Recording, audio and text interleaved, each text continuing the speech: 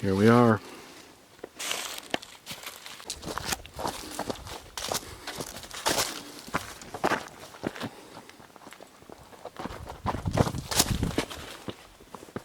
Hey y'all, Carpetbagger here, coming to you live from the south, more specifically Summerville, Georgia. Before we get started into the subject matter here, I wanted to send out a warning. This video may contain some graphic stories that may not be appealing to everyone that watches. So please tuck your grandchildren in bed. If you don't like discussions of morbid things, you may want to pick another video. I got some great wax museum videos, some good old dinosaur parks. Check those out. Otherwise, stick with me. Burned trees.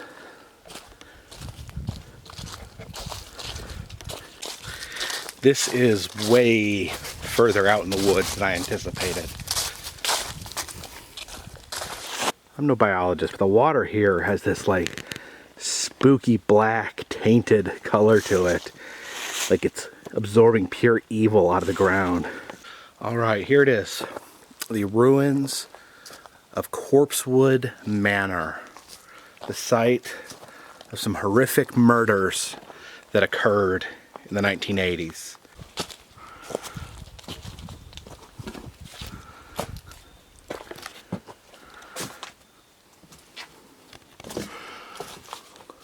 Now our story begins with a Dr. Scudder. He was a professor at Loyola University in Chicago. He wanted to get away from it all. He decided to buy a piece of land out here in the absolute middle of nowhere in Georgia. And this is still the absolute middle of nowhere. So up in the Georgia mountains, he built his home right here behind me. This was Corpsewood Manor. He would live here alongside his housekeeper, Odom. But the truth is, Odom was not just a housekeeper. Odom was actually Dr. Scudder's boyfriend. See, back even in the 80s, you could not live comfortably as an openly gay person in most parts of the country, which is part of the reason he moved out here in the middle of Georgia, so no one around could judge him or endanger his life.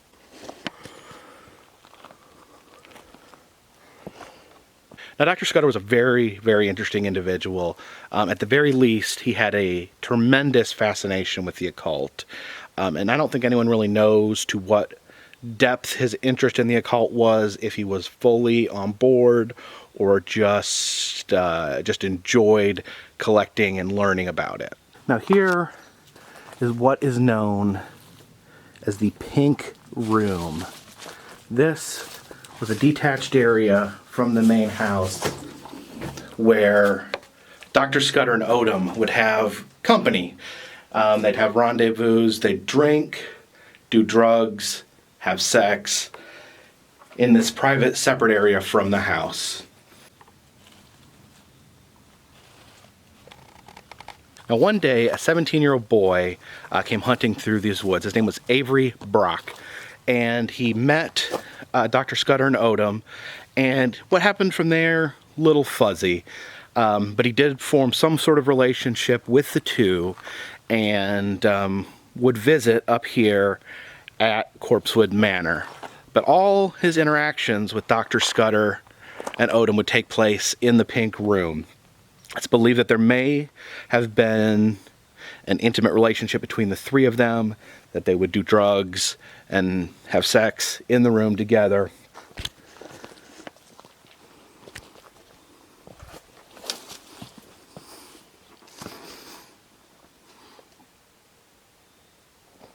Now one day, Avery Brock was with his buddies and they were all huffing paint thinner. And as you know, no good ideas really come out of huffing paint thinner.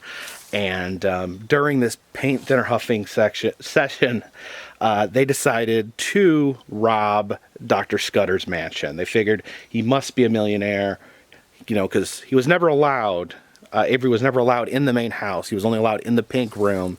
So he figured that there must be fortunes hidden inside this house. And so him and his friends drove up here with the intention of stealing Dr. Scudder's fortune. And then what unfolded was incredibly gruesome. The teenagers would bind Dr. Scudder up. They would tie him up, put a gag in his mouth.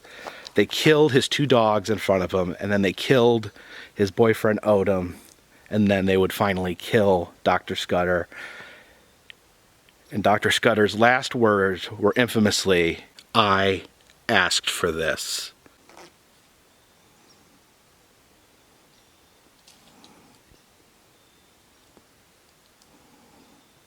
The locals around this area, after the murders, ended up not being very sympathetic to Dr. Scudder, because as part of the investigation of the murder, they searched Dr. Scudder's house, and they found the entire house was full of collections of the occult items, things that seemingly indicated that he was some sort of devil worshiper.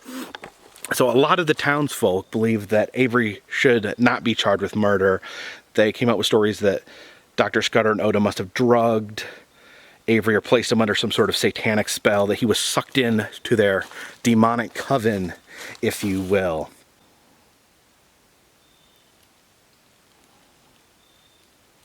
And as I said earlier, no one really knows how deep into Satanism or the occult Dr. Scudder really was, but to this day, this mountain here is referred to as Devil Worshipper Mountain by the locals.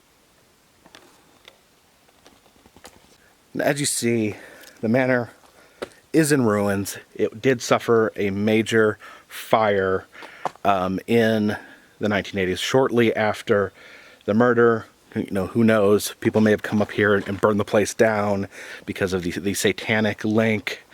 So who really knows what happened between Dr. Scudder and Avery? You know, I guess it'll be a mystery lost to time. So any way you look at it, it is an unfortunate, grisly, horrific murder.